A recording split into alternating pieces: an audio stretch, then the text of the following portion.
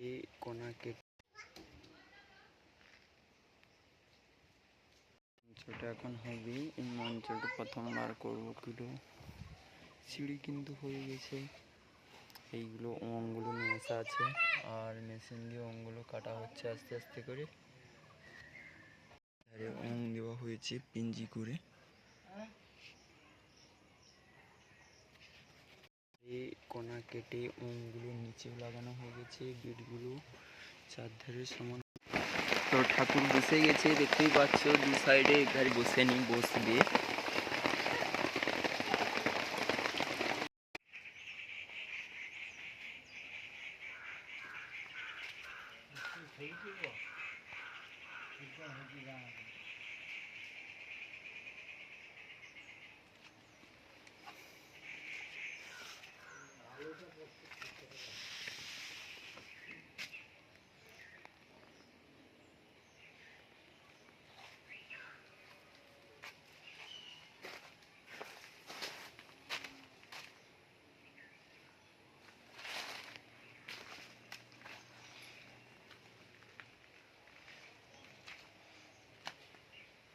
ওমটা উঠছে।